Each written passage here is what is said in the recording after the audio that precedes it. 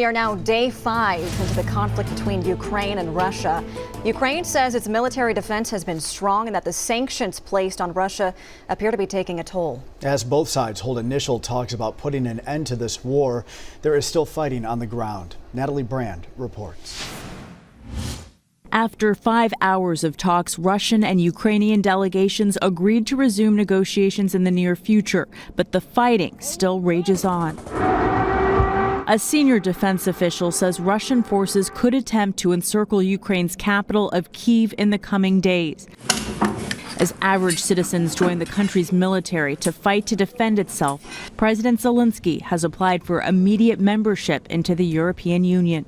Russia has decided to turn its back to peace. During a rare emergency assembly session at the United Nations, representatives for the EU and other world leaders addressed Russia's growing aggression, including the Kremlin's decision to put its nuclear weapons on high alert. The mere idea of a nuclear conflict is simply inconceivable.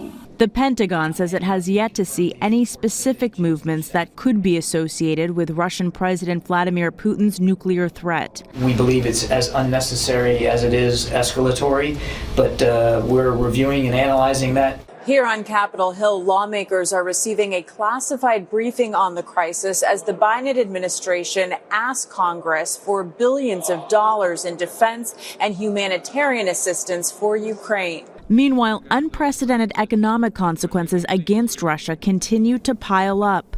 Monday, the Biden administration imposed additional sanctions targeting Russia's central bank. And this weekend, the U.S. and allies kicked most Russian banks out of SWIFT, an international bank messaging system that makes global transactions easier. The Russian ruble plunged 30% as people there line up to try and get their money from Russian banks. Natalie Brandt, CBS News, Washington.